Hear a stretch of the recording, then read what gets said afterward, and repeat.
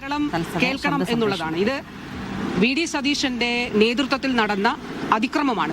V D സതീശന്റെ നിർദ്ദേശത്തിന്റെ അടിസ്ഥാനത്തിൽ നടന്ന ആക്രമണമാണ്. ഇതില് ചില മാധ്യമങ്ങൾക്കും ഇപ്പൊ ഇന്നലെ ഏഷ്യാനെറ്റ് ന്യൂസ് പോലെയുള്ള മാധ്യമങ്ങൾ വളരെ കൃത്യമായിട്ട് അതിലൊരു തെറ്റിദ്ധരിപ്പിക്കുന്ന നിലയിൽ ഈ പ്രചരണം നടത്തുകയുണ്ടായി. ഞാനിപ്പോൾ ഇന്നലെ എനിക്ക് അവരുടെ ഒരു കാർഡ് ആരോ അയച്ചു തന്നു, എൻ്റെ ഫോട്ടോ ഇട്ടിട്ട് സിസ്റ്റം കത്രികയിലോ എന്നുള്ളതാണ്. ഈ ഒരു രീതിയിലുള്ള തെറ്റായിട്ടുള്ള പ്രചരണം നടത്തി ആളുകളെ തെറ്റിദ്ധരിപ്പിക്കുന്നതിന് വേണ്ടിയിട്ടുള്ള ബോധപൂർവമായിട്ടുള്ള ശ്രമവും നടക്കുന്നുണ്ട്. അപ്പോൾ ഏത് തരത്തിലുള്ള ചികിത്സാ പിഴവാണെങ്കിലും അത് ഒരു തരത്തിലും അംഗീകരിക്കുന്നതല്ല. അതിൽ കൃത്യമായിട്ടുള്ള നടപടി സ്വീകരിക്കും. ഈ രണ്ട് വിഷയങ്ങളുമായിട്ട് ബന്ധപ്പെട്ടാണെങ്കിൽ അതിൽ ഗവൺമെന്റ് സ്വീകരിക്കേണ്ടതായിട്ട് നടപടികൾ സ്വീകരിച്ചിട്ടുണ്ട്. ഈ കാലഘട്ടത്തിൽ ഉണ്ടായിട്ടുള്ള മറ്റൊരു ഇതേപോലെ സമാനമായിട്ടുള്ളൊരു സംഭവമുണ്ട്. മസ്കിറ്റോ ഫോസപ്സ് വെച്ചിട്ടുള്ളൊരു സംഭവം. അതൊരു സ്വകാര്യ ആശുപത്രിയിലാണ്. അത് ഹരിപ്പാടിനടുത്തുള്ള കരുവാറ്റയിലുള്ള ഒരു സ്വകാര്യ ആശുപത്രിയിൽ നടന്നൊരു സംഭവമാണ്. അവിടെ ഇതേപോലെ മസ്കിറ്റോ ഫോർസപ്സ് അതിൽ ഒരു യുവതിയുടെ വയറ്റിനുള്ളിൽ വെച്ചപ്പോൾ അത് സ്വകാര്യ ആശുപത്രിയിലാണ്. അവിടെ നിന്ന് വണ്ടാനം മെഡിക്കൽ കോളേജിൽ വന്ന് വണ്ടാനം മെഡിക്കൽ കോളേജിലെ ഗൈനക്കോളജിസ്റ്റാണ് അത് പുറത്തെടുത്തത്. ഒരാൾക്കും ഒന്നും ശബ്ദിക്കാനില്ല.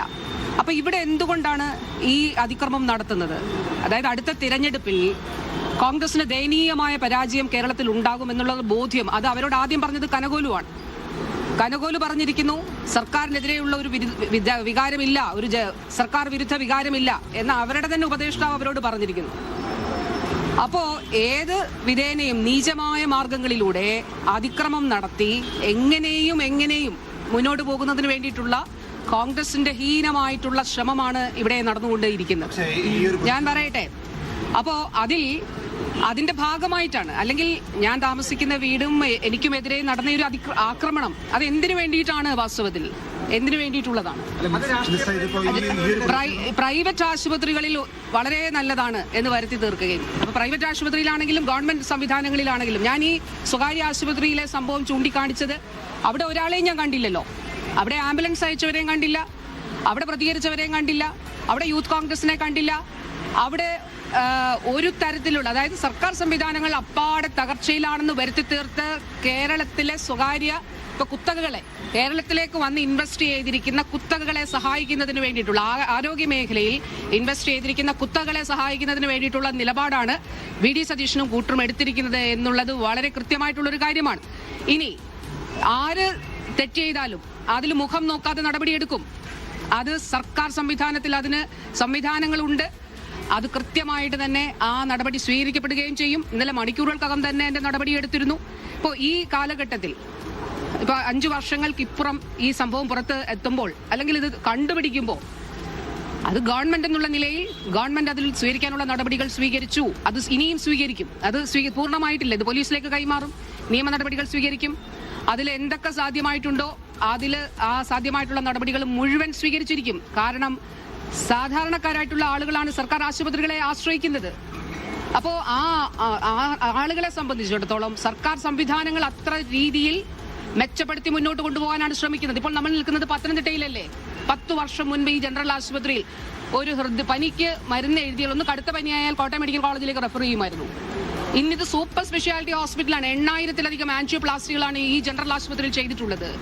കാത്ത് ലാബിൽ, അവിടെ കാത്ത് ലാബ് കിഫ്ബിയിലൂടെ സ്ഥാപിച്ചു 52 കോടി രൂപയുടെ നിർമ്മാണ പ്രവർത്തനങ്ങളാണ് അവിടെ നടക്കുന്നത്. എത്ര ഹീനമായ രീതിയിലാണ്. എൻ്റെ ഔദ്യോഗിക വസതിക്ക് നേരെ, ഞാൻ താമസിക്കുന്ന വീടിന് നേരെ കൊണ്ടുവന്ന് റീത്ത് വെക്കുക. ഇപ്പോൾ കോട്ടയം മെഡിക്കൽ കോളേജിൽ അവിടെ കെട്ടിടം ഇടിഞ്ഞ് വീണപ്പോൾ എൻ്റെ വീടിൻ്റെ അവിടേക്ക് ശവപ്പെട്ടിയുമായിട്ട് യൂത്ത് കോൺഗ്രസ് വന്നു. അന്ന് വാസ്തവത്തിൽ വളരെ സാധുവായിട്ടുള്ള ഒരു വീട്ടമ്മ മരണപ്പെട്ട, എനിക്ക് വളരെ വേദന ഉണ്ടാക്കിയ ഒരു സംഭവത്തിൽ ഞാൻ അന്നൊന്നും വേണ്ടിയില്ല.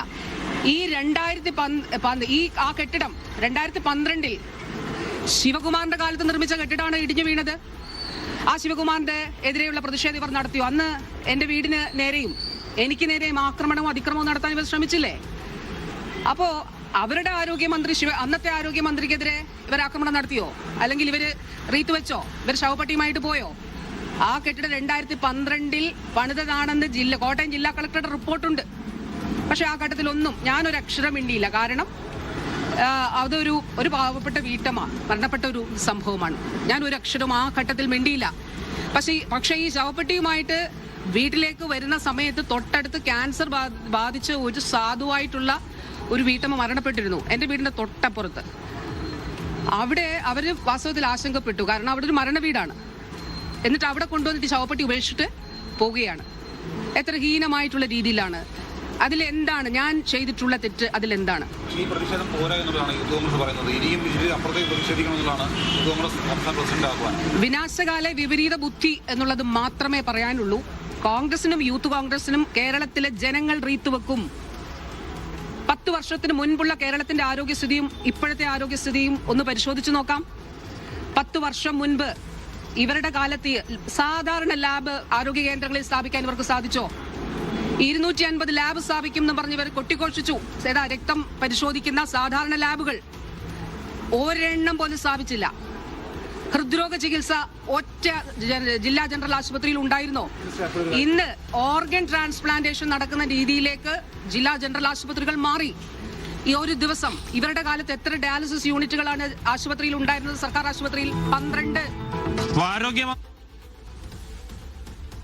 യെസ്, മന്ത്രി വീണ ജോർജ് മാധ്യമങ്ങളെ കാണുകയായിരുന്നു. തനിക്കെതിരെ നടക്കുന്ന യൂത്ത് കോൺഗ്രസ് പ്രതിഷേധങ്ങളെക്കുറിച്ച് സംസാരിക്കുകയായിരുന്നു. പ്രതിപക്ഷ നേതാവാണ് തനിക്കെതിരെ നടക്കുന്ന പ്രതിഷേധങ്ങൾക്ക് പിന്നിലെന്ന് മന്ത്രി ആരോപിക്കുകയാണ്. എല്ലാ കാര്യങ്ങളും വളരെ വൃത്തിയായി തന്നെ താൻ മന്ത്രി എന്ന രീതിയിൽ ചെയ്യുന്നുണ്ട്. മന്ത്രിയല്ല സർജറി നടത്തുന്നത്. ഇപ്പോൾ നടക്കുന്നത് ഭരണവിരുദ്ധ വികാരമില്ല എന്ന് കണ്ടുകൊണ്ട് അക്രമം നടത്താനുള്ള പ്രതിപക്ഷത്തിന്റെ ഗൂഢശ്രമങ്ങളാണെന്ന് കൂടി വീണ ജോർജ് ആരോപിക്കും.